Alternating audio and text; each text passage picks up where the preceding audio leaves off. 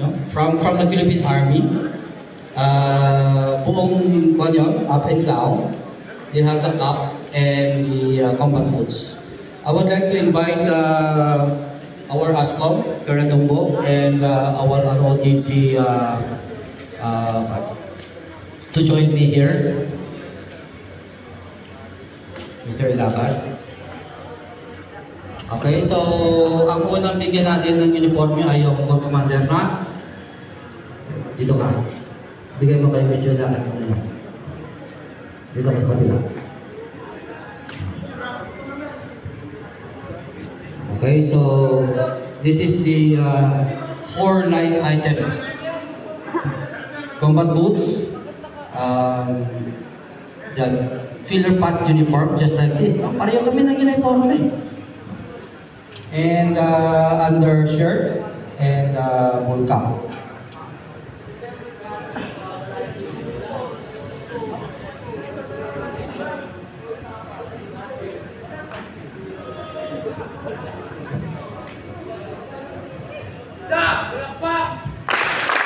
Next will be our Deputy Corps Commander and our Adjutant S1, si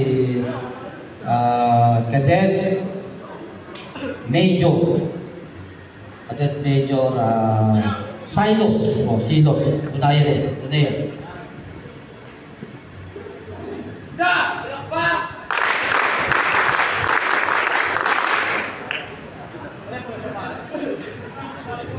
And then the other one, yung ating Corps S3, yung operation. Apat lang po silang tatlong first class, no? And isang tatlong first class.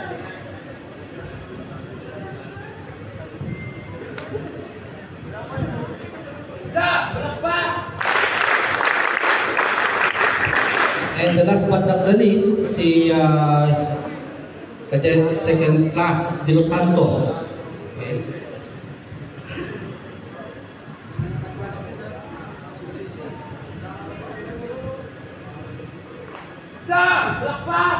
You will wonder bakit sila lang yung other first class na Cadet Briones, Cabomos, and Obinita, nauna na po sila.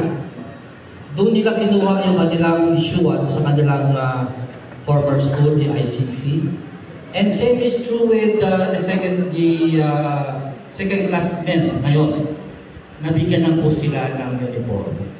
So sila po, they were given this opportunity to lead the MMC ROTC Cadet Corps for